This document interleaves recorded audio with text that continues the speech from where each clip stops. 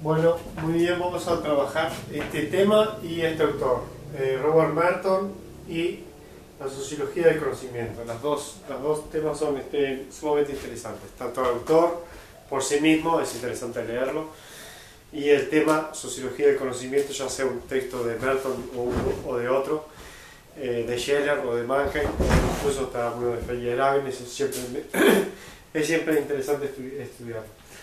Esto lo voy a tomar de este libro, Sociología del Conocimiento, que es un breve extracto, ni siquiera lo cita, no dice de dónde lo sacó, yo me costó un poco encontrarlo, pero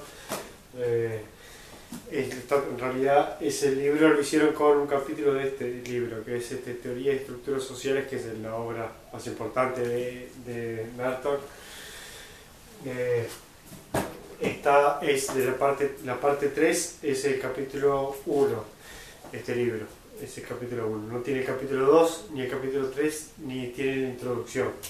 Acá ahora vamos a hacer la introducción, una introducción al tema con un primer planteamiento al problema de la sociología del conocimiento y a lo que se plantea esta disciplina, que como cualquier otra disciplina de la sociología de la religión, la sociología del arte, la sociología política, la sociología demográfica, bueno, tiene sus propias características, ¿no? La sociología del conocimiento ya viene dado por la idea de que el conocimiento, bueno, no es una cosa ingenua y neutral y que simplemente tengamos que tomar simplemente, digamos, el contenido de lo que tiene, la información, y sin olvidarnos del resto, ¿no? Es lo que rodea al contenido, ¿no? Muchos lo utilizan para relativizar cualquier conocimiento y otros como Merton lo utilizan para comprender mejor el conocimiento, para comprender mejor las teorías o para comprender mejor por qué uno piensa como piensa, digamos. O para comprender mejor el tema en general, por qué se plantea este tema, por qué es una necesidad humana plantearlo y pensarlo dentro de los que se dedican a la sociología o a la filosofía de la ciencia o a la sociología del conocimiento. Luego la sociología de la ciencia, bueno, va a ser una subrama, ahora lo vamos a ver. Dice Merton que hay dos ramas o dos tradiciones de la sociología del conocimiento, que es una la europea y la otra la norteamericana. La norteamericana, representada por Lasserfeld, es una sociología de la opinión pública y de la comunicación de masas. Y la de Europa es que tiene, primero de todos es Mannheim, según Merton, es con el que él parte. También Scheler, menciona mucho a Max Scheler, que tiene un libro llamado así incluso. En Europa la sociología del conocimiento, o Wissensoziologie, proviene de esta palabra alemán. Justamente, no sé si le puso Mannheim o Scheler la palabra, alguien de los dos, pero lo que se refiere es la Wissensoziologie, o Wissensoziologie, no sé bien en alemán, no sé pronunciarlo, no sé nada de alemán. Lo que quiere decir es que nos referimos a la sociología del conocimiento europea. Bueno, el término preciso es ¿no? Wissensoziologie. La diferencia, bueno, es que la norteamericana está muy influenciada, la sociología del conocimiento americana está muy influenciada por el marketing, la opinión pública, entonces busca los rasgos, los contextos sociales de las personas con sus gustos por la televisión, por el cine, por las revistas, o sea, qué tipo de revistas leen, qué leen los negros, qué leen los blancos, qué leen las mujeres, qué leen los varones, qué leen los empresarios, qué lee la clase media, qué lee la clase obrera, qué series de televisión miran, a qué políticos votan, a quienes no. Bueno, eso es lo que hace Estados Unidos, la sociología del conocimiento en Estados Unidos. ¿Quién está a favor de la pena de muerte y quién no? ¿Quiénes son más proclives a los anticonceptivos y quiénes no? Eso es, bueno, justamente relacionar la sociología con el conocimiento, en esta idea de conocimiento tomándolo como lo que uno expresa, su conocimiento ya es su elección musical o su conocimiento vulgar. Ya considerar que a los extranjeros hay que dejarlos entrar o hay que dejarlos salir, ya eso es conocimiento. Y luego, bueno, la tradición europea viene ya desde Marx, de Nietzsche, tiene una tradición filosófica mucho más profunda y es la que va a indagar el Merton ahora en esta parte. Y en otra parte va a indagar también sobre la comunicación de masas, porque de hecho en estos pioneros Merton también escribieron un libro de comunicación de masas junto con Lassertran. Bueno, pero en este caso vamos a hablar de la tradición europea o del problema en general de la sociología del conocimiento. Lo que primero que nos preguntamos es que el conocimiento no es solamente conocimiento, sino que es sociología. Entonces, ¿qué es lo que buscamos? Son entonces las condiciones sociales, los contextos sociales, la estructura, lo que envuelve al conocimiento. Esa es la idea. Entonces busca explicar los determinantes sociales de las perspectivas intelectuales, eso es interesante, determinantes sociales o condicionamientos sociales o características sociales de las perspectivas intelectuales. Tenemos una perspectiva intelectual a favor de la religión y del matrimonio monógamo, de hombre y mujer. Esa es una perspectiva intelectual y luego, bueno, lo que buscamos es el condicionamiento, los determinantes sociales. Decimos, bueno, una persona católica, nacida en Perú, está muy bien, piensa eso, siempre fue educado en estos valores tradicionales, también con algunas raíces indígenas, enfocado en la tierra, en el mundo rural, en fin. El determinante social da esas perspectivas sociales. Y esto es lo que va a estudiar la sociología del conocimiento. ¿Por qué pensamos como pensamos? ¿Qué condicionamientos sociales hay para que los racistas sean racistas o los que les gustan las armas usen armas? ¿No? Otra cosa es saber si los enfoques intelectuales son a su vez producto del contexto estructural en el que aparecen.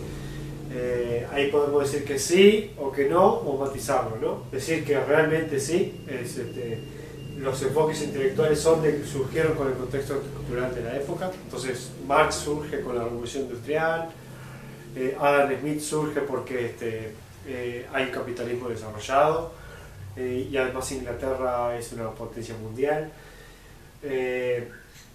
Bueno, eso es evidente, ¿no? Entonces nos preguntamos, ¿el enfoque intelectual surge por ese contexto estructural o podría surgir igual de otra manera? Bueno, hay algunas teorías que realmente, más allá del lugar y el contexto en el que han surgido, podría surgir de otra manera. Algunas teorías, digamos, pueden decir solamente pudieron haber salido en Brasil, solamente pudieron haber salido en Sudamérica. Pero hay otras teorías y otro tipo de pensamiento que no necesariamente. Uno puede decir, no puede haber surgido en cualquier parte. De hecho, sería, por ejemplo, la teoría de Darwin, ¿no? La teoría de la evolución de Darwin, la teoría de Newton, esas más o menos pudieron haber surgido en cualquier parte. Tienen menos contenido social. Pero, bueno, es lo que se pregunta la sociología del conocimiento. Otra característica, involucra una gran gama de manifestaciones de la civilización. El conocimiento es todo, ¿no? Son las ideas, las ideologías, las creencias jurídicas y morales, la filosofía, la ciencia y la tecnología. Ahí hay varios niveles. Ideas son simplemente ideas, hasta podemos decir prejuicios, ideas o prejuicios. Que hay que soy judío, me caso con una judía. Eso sería una idea, o incluso con una creencia, puede ser tan profunda, pero bueno, esas son ideas. Luego, sí, ideologías, creemos que hay que fomentar la invasión extranjera o no fomentar la invasión extranjera, dar más cabida a la propiedad privada o menos. Bueno, las ideologías. Y luego, cada opinión tiene su contexto social o su posición social. Y luego las creencias jurídicas, derecho natural, derecho positivo. ¿Por qué hay una corriente de derecho positivo en un lugar y derecho natural en otro lugar? ¿Quiénes son los que defienden el derecho natural? en qué posición social están y por qué el derecho positivo favorece a ciertas posiciones y son sostenidas entonces esas perspectivas intelectuales por determinadas características sociales. Eso es lo que nos preguntamos. Y luego en el último nivel, filosofía, ciencia y tecnología. La tecnología también no es neutral. Uno puede decir puede investigar en la sociología del conocimiento es los condicionamientos sociales de Internet, la sociología de Internet en este caso. Y decir, bueno, las características estructurales, sociales del contexto histórico donde surgió Internet son tales y tales circunstancias, ¿no? Sin las cuales no hubiese surgido. Bueno, así que también la sociología del conocimiento se aplica no solo a la filosofía y la ciencia, sino también a la tecnología. Estaba viendo el tiempo que nos queda, que me queda en la cámara. Bien, el objeto de la Wissenschaftssoziologie es buscar las correlaciones entre el conocimiento y los otros factores existenciales. El conocimiento es un factor existencial, y entonces lo que va a hacer la sociología del conocimiento es buscar ese factor existencial con otros. Conocimiento más raza, etnia, somos negros, somos blancos, género, ¿no? Estamos en una minoría sexual, no estamos en una minoría sexual, pertenecemos a un movimiento político que tiene el poder, estamos dentro del Estado con cierto poder, o estamos fuera del Estado y pagamos impuestos, estamos en una posición económica de toma de decisiones, o más bien en un sindicato fuerte, o estamos en ninguna de esas posiciones. Bueno, eso es, vinculamos el conocimiento con otros factores existenciales. Entonces lo que buscamos son las condiciones sociales y culturales del conocimiento. Las condiciones sociales y culturales del conocimiento. Esa sería la idea. ¿Por qué en Cataluña investigan determinados elementos de la cultura y en Madrid otros, ¿no? Entonces hacemos una comparación Cataluña-Madrid y hacemos luego qué conocimiento logran ambas regiones, ambos lugares. Una ciudad, en este caso es una ciudad con una provincia.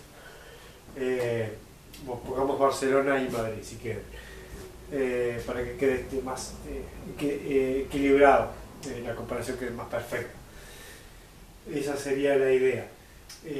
Así que buscamos las bases sociales. Dice Merton, además, esto lo escribió en 1949, en pleno siglo XX, donde hay sin duda la comunidad, la comunidad unitaria se rompió ya del siglo XVI, del siglo XV, del siglo XVII, y estamos en un gran proceso de revolución industrial, segunda revolución industrial, luego primera guerra mundial, segunda guerra mundial.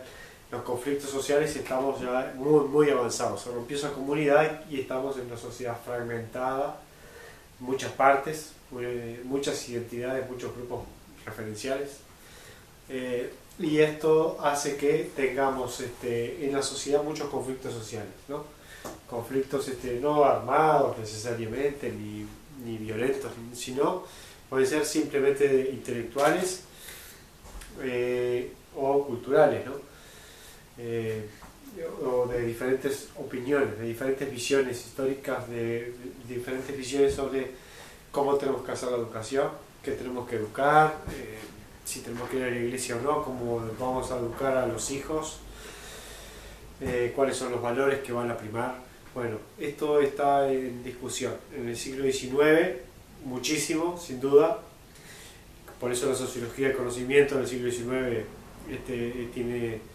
es un campo abierto al estudio, amplio, interesante de todo lo que tiene para revisar allí, y en el siglo XX sin duda, que es la época en la que escribe Merton. Merton entonces dice que es justamente la intensificación de los conflictos sociales entre negros y blancos, hombres y mujeres, heterosexuales y minorías, o entre negros y otras minorías, Estados Unidos además es una ciudad muy compleja, ateos y protestantes, los mormones, los judíos, los irlandeses en Nueva York, en fin, los ricos y los pobres, los recién llegados, los norteamericanos que ya están antes, y así, y cualquier, podemos aplicar la misma idea a cualquier continente. Esto hace que los conflictos sociales aparezca una mayor oposición entre un grupo y los otros, ¿no? Mayor oposición de valores, creencias, actitudes y modos de pensamiento. Los valores, las creencias y las actitudes y los modos de pensamiento son mayores en el siglo XX y en el siglo XIX, y esto fomenta la sociología del conocimiento porque hay menos neutralidad, menos ingenuidad en las afirmaciones del otro. Entonces, ¿qué pasa? Nos preguntamos sobre el otro, ¿por qué se sostiene tal o cual punto de vista? Más allá del contenido del punto de vista, nos preguntamos por qué se sostiene ese punto de vista. Bueno, decimos se sostiene ese punto de vista para favorecer al capital de los sectores más vulnerables de la sociedad, de los negros, y este pensamiento entonces representa a la raza negra, y no a lo que dicen ser, que son fomentar la música y las discográficas, sino que quieren ellos fortalecerse para tener más poder, y bueno, entonces yo como blanco me enfrento contra eso, o viceversa, ¿no?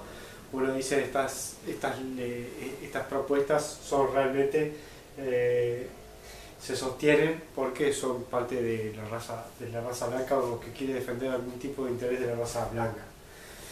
Entonces, bueno, ¿por qué se sostiene tal punto de vista? Y respondemos, por la posición social, porque es rico, porque trabaja para el Estado, porque no hace nada, trabaja para el Estado y gana mucho, y trabaja muy poco, y gana muchísimo, y por eso sostiene lo que sostiene. O tal persona no, es un cuentapropista, feriante, que trabaja demasiado, por eso sostiene lo que sostiene. Uno está arriba, cobrando tarifas públicas, acá en Uruguay le decimos UTE, a que da energía, y el otro está abajo pagando. Entonces uno sostiene no pagar impuestos porque los paga, y el otro quiere cobrar impuestos porque está ya en una estructura estatal, ¿no? En el caso de Uruguay es estatal, la empresa que da energía. Entonces el que está arriba quiere cobrar impuestos y el que está abajo quiere pagar. En este caso, igual el empleado recibe indirectamente los impuestos, ¿no? Pero los impuestos sin duda le favorecen. Entonces, bueno, cualquier reducción de impuestos lo va a ver de otra manera, porque puede repercutir en baja de salario, por ejemplo, o precariedad laboral, porque si el Estado recauda menos, bueno, esa sería la idea, ¿no? Estamos en el Estado, queremos cobrar impuestos. Estamos fuera del Estado, no queremos pagarlo. Los rasgos culturales, sin duda, sostenemos esto porque somos chilenos blancos de derecha, o lo sostenemos porque somos mapuches y vivimos al sur. Entonces, también los rasgos culturales tenemos ahí entonces rasgos sociales del conocimiento, y luego la raza y la etnia, potenciado por la mayor oposición que aparece entre los grupos sociales. Dice Merton que hacemos continuamente un análisis ideológico recíproco de uno al otro. Yo creo que el otro sostiene lo que sostiene, su conocimiento es propio de una ideología que tiene detrás, y el otro cree lo mismo de uno mismo, de uno. Es recíproco, hacemos análisis ideológico del otro. Decimos, ellos quieren convenios por gremio porque tienen un sindicato y quieren hacerlo fuerte, un sindicato cada vez más fuerte para poder negociar contra mí y pedir mejores condiciones laborales, y entonces sostienen esto porque están dentro de la clase obrera.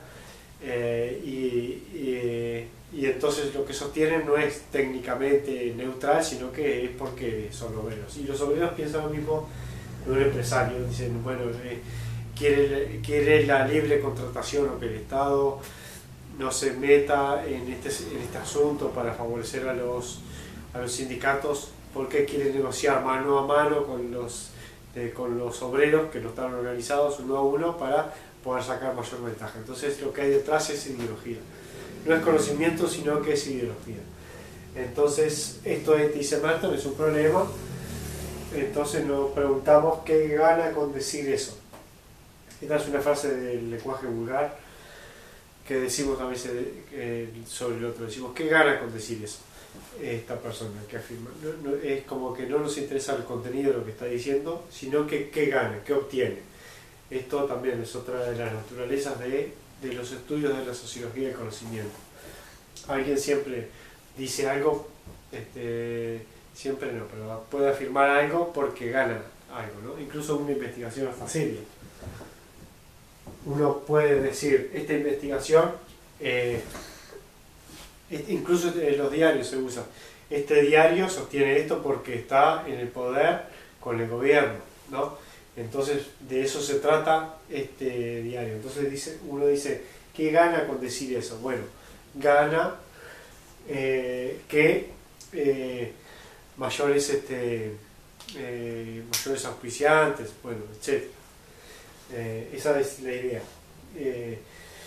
Entonces, bueno, Merton quiere sortear estos problemas, escribe justamente para iluminarnos sobre esto, para poder evitarlo de alguna manera y echar luz sobre esto. Por eso es un libro muy interesante para leer en ese sentido. Luego marca Merton dos estados sumamente interesantes de la sociología del conocimiento. En el primer estado es el estado del hombre común, en el que analizamos las creencias, las opiniones, las ilusiones o los prejuicios de los demás desde la sociología del conocimiento. Tanto técnicamente como las mismas personas hacen una sociología incluso espontánea sin advertirlo del otro, ¿no? Pero todavía no estamos en el segundo estado, que es al que vamos a llegar.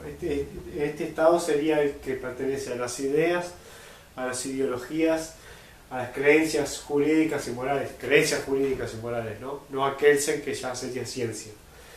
Ya no son creencias, las de Kelsen o las de Schmidt no son creencias jurídicas, sino que ya ahí estamos hablando de ciencia, ¿no?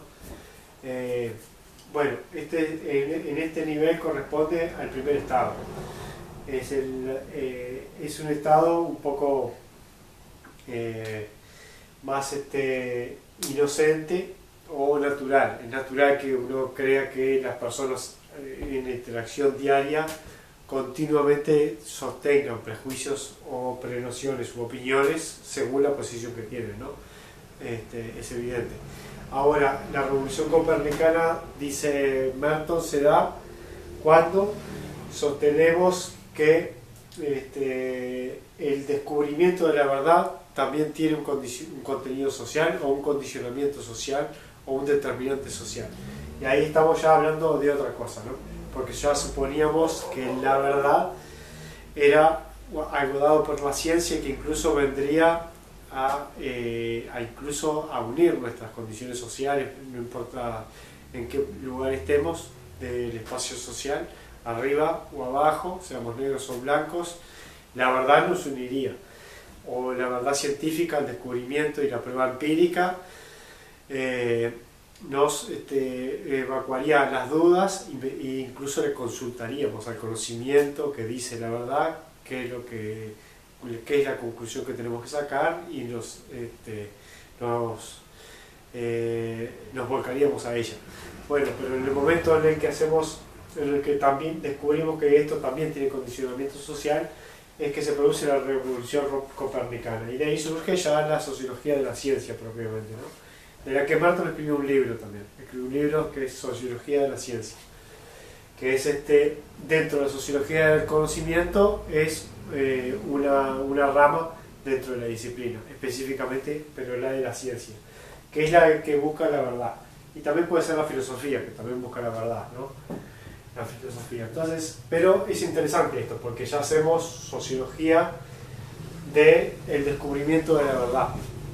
entonces ya acá es donde viene la desconfianza, ya no de una tribu urbana, de unos negros contra unos blancos en la calle, sino que estamos discutiendo el conocimiento científico.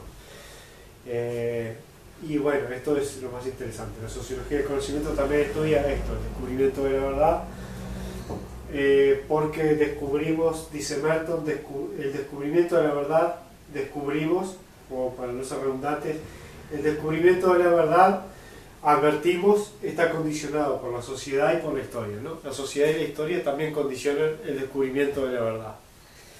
Entonces ahí ya tenemos que la teoría de Newton, Einstein, incluso de las teorías del cosmos, del Big Bang, de la formación del universo, incluso de lo más alejado del hombre, también tiene un contenido social, también está determinado socialmente.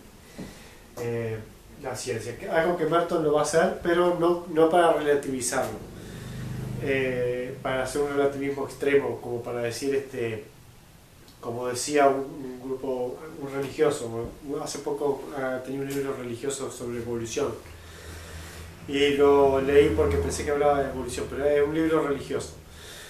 Y el escritor decía que la teoría de la evolución de Darwin, porque claro, él quiere defender el Génesis, ¿no? Quiere decir que lo que está en la Biblia es lo correcto, que el hombre creó al ser humano y no la evolución, no la evolución natural. Entonces dice él que la teoría de Darwin es propia del Imperio Británico, porque Darwin era inglés y está en el siglo XIX, es del Imperio Británico del siglo XIX que se expandía por el mundo. Entonces ese imperialismo mundial de Inglaterra o de Gran Bretaña es lo que impuso la teoría de Darwin. Bueno, eso sería el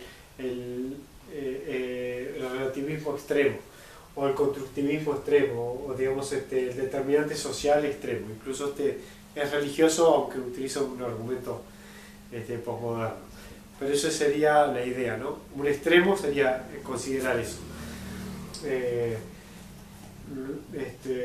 Bueno, otro extremo sería, bueno, lo de Talcott Parsons, no sé si lo dije ya, de la idea de que Talcott Parsons, la sociología de Talcott Parsons respondería a un Estados Unidos triunfante en la Segunda Guerra Mundial, con un aparato militar que se despliega alrededor del mundo, son la vanguardia tecnológica, científica, y a eso le agregamos la sociología de Parsons, que es funcionalista, no crítica, interesante porque es funcionalista, y sigue la corriente de Estados Unidos. Entonces ahí le agregamos a Parsons el contenido estructural o el contenido social a su teoría. Entonces no es completamente la verdad, no es completamente neutral, sino que responde a ese condicionamiento, ¿no? Entonces, ¿qué hacemos? El descubrimiento de la verdad. Bueno, lo que sostiene Talcott Parsons, que él considera que es la verdad, nosotros consideramos que tiene esos condicionamientos históricos, ¿no? Bueno, esa sería entonces la idea. La sociología del conocimiento buscaría eso, pero no para relativizar. Eso es una decisión que filosóficamente cada uno toma. Si es dogmática y esencialista, o es relativista constructivista.